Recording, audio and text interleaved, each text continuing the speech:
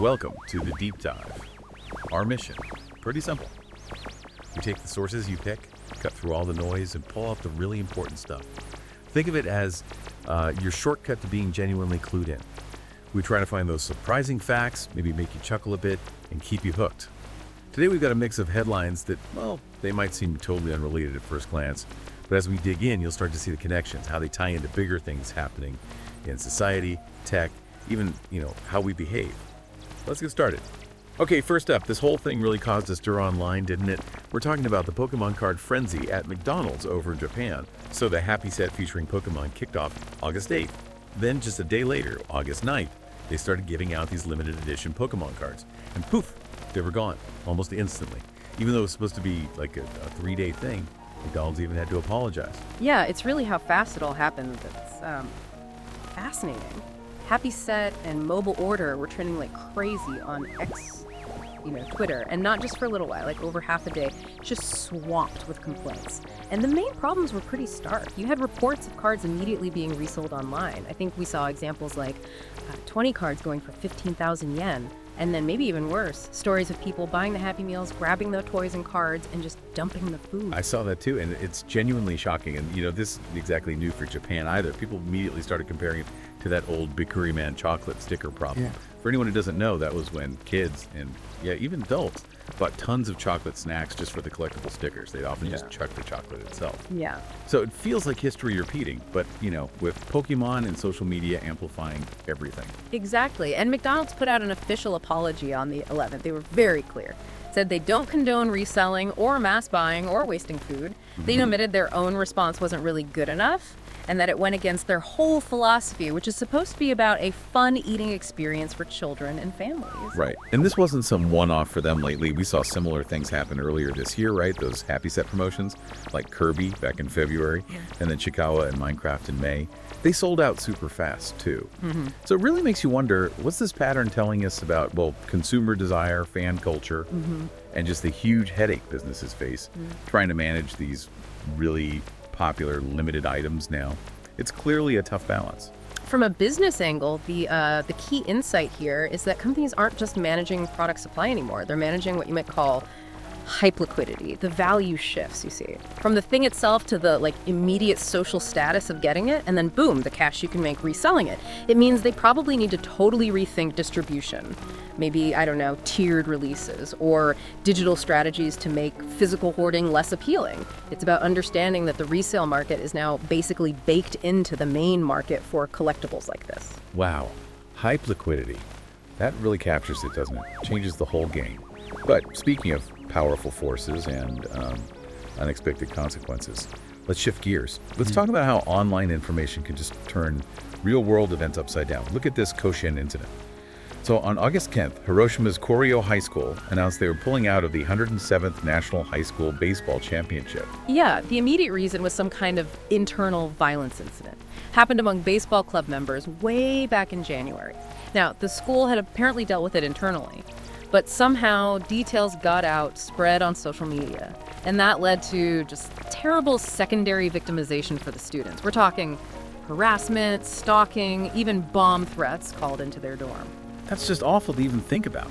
The principal, Masakazu Hori, said it straight out. The decision to withdraw was made to protect the lives of students, faculty, and local residents. He said the players were, quote, in the depths of despair because of all the online attacks. And the High School Baseball Federation also chimed in, reaffirming their commitment to stopping violence in youth sports. It really throws a spotlight on these complex ripple effects when things go viral, doesn't it? Right. But there was also a strong counter-argument, notably from a Hiroshima city councilman, Taichi Mukugi. He basically criticized the school, said they were kind of painting themselves as the victim and blaming social media or SNS. He argued the real problem was the violence itself, the internal issue, not just that it got out online. That's a really important point, isn't it? It kind of forces us to think.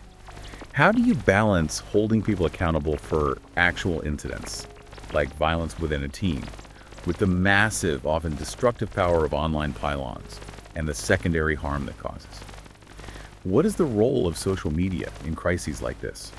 Is it just a mirror showing existing problems? Or does it become this sort of accelerant that makes things worse, complicates finding solutions, and inflicts new kinds of damage?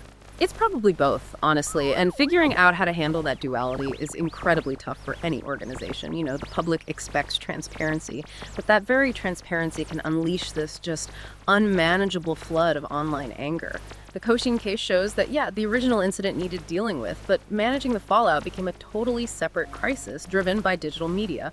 It definitely pushes us to think about responsible disclosure and, the unintended side effects of sharing information online, especially when individuals get targeted. That's a really sobering perspective. Okay, moving from the digital world, let's talk about healthcare disparities, specifically in Japan, and how global recommendations fit in or maybe don't fit in.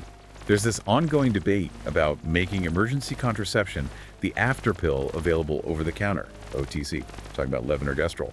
It prevents unintended pregnancy if taken within 72 hours, mainly by stopping or delaying ovulation. And what's just, striking is the difference in how quickly different types of drugs get reviewed for OTC status. Yeah. So the discussion for emergency contraception, a really critical drug for women's health, took 8 years. 8 years to get close to a decision. But compare that. The same expert committee reviewed drugs for erectile dysfunction, ED treatments. How long did that take? 6 months. 8 years versus 6 months. That's right. Well, that's a 7.5-year difference. And yeah, it's understandably led to accusations of women's discrimination. Yeah. Especially when you look internationally.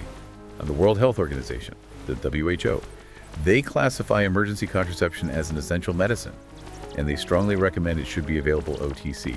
It's already the practice in something like 90 countries around the world. That huge gap in review times, it really does seem to reveal something about maybe underlying priorities, or just how the regulatory process works in healthcare there. The fact that the WHO calls it essential really highlights its global public health importance. It suggests that such a long debate, when so many other countries have already moved forward, might be influenced by things beyond just, pure science or medicine. It makes you ask, are these decisions always based strictly on public health needs? Or are there other, maybe unspoken cultural or societal biases influencing the timeline? It certainly makes you question the values driving those regulatory gears. Okay, shifting to an even bigger global stage. Climate change. We hear a lot about emissions from, factories, cars, human activity. But there's this critical piece that often gets missed. Feedback effects. Right, and this is where the climate picture gets even more urgent, maybe.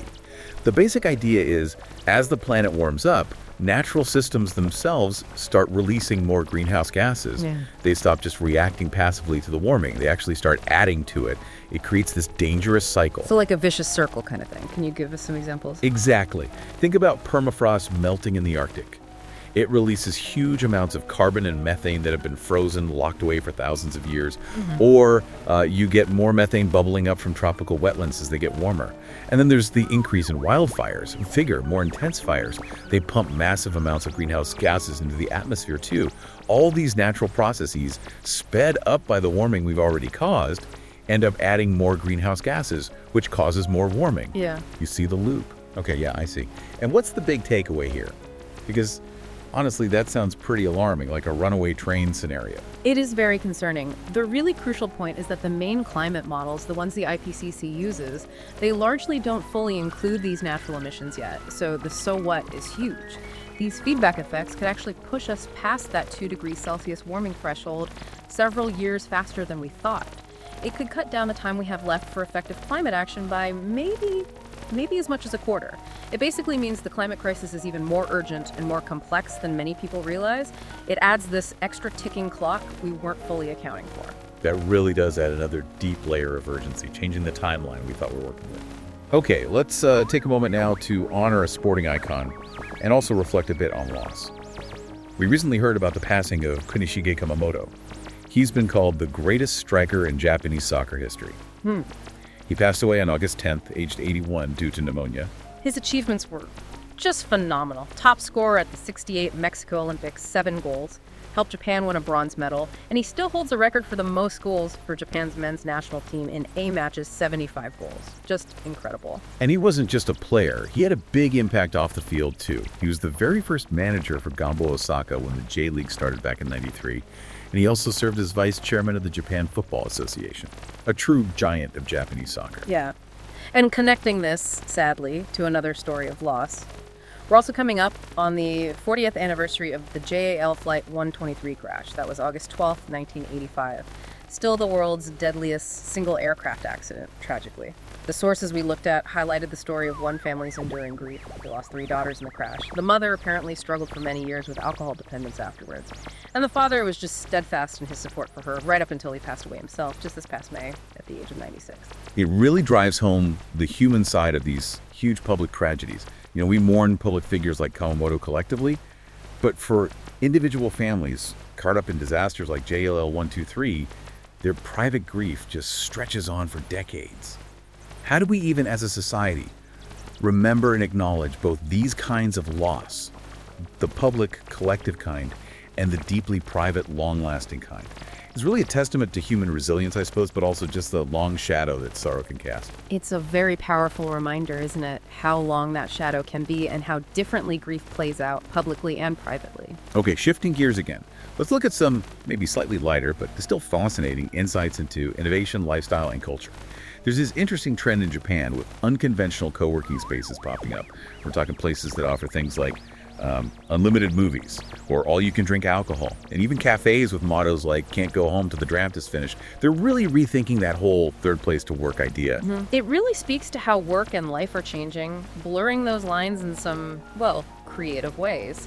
It seems like a practical response to people wanting more flexibility, but also a clever way to sort of blend work with social life or leisure, catering to individual needs in ways a traditional office just can't. Trying to find that perfect flow state, I guess, even if it involves a beer.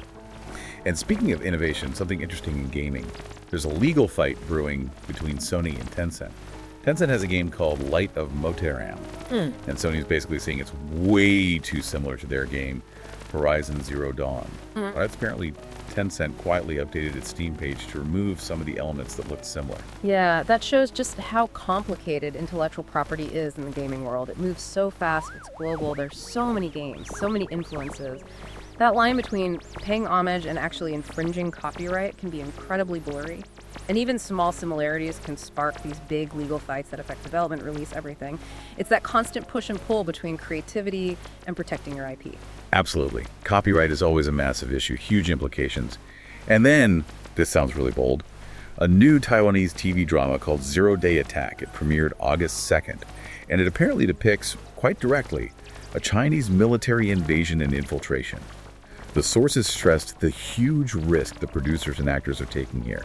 They're basically giving up access to the massive Chinese market, which means a big financial hit. Specifically, they said, to depict the war threat Taiwanese people face. That's a powerful statement. It's a really striking example of art doing more than just reflecting life, but actively engaging with very real, very current geopolitical anxieties.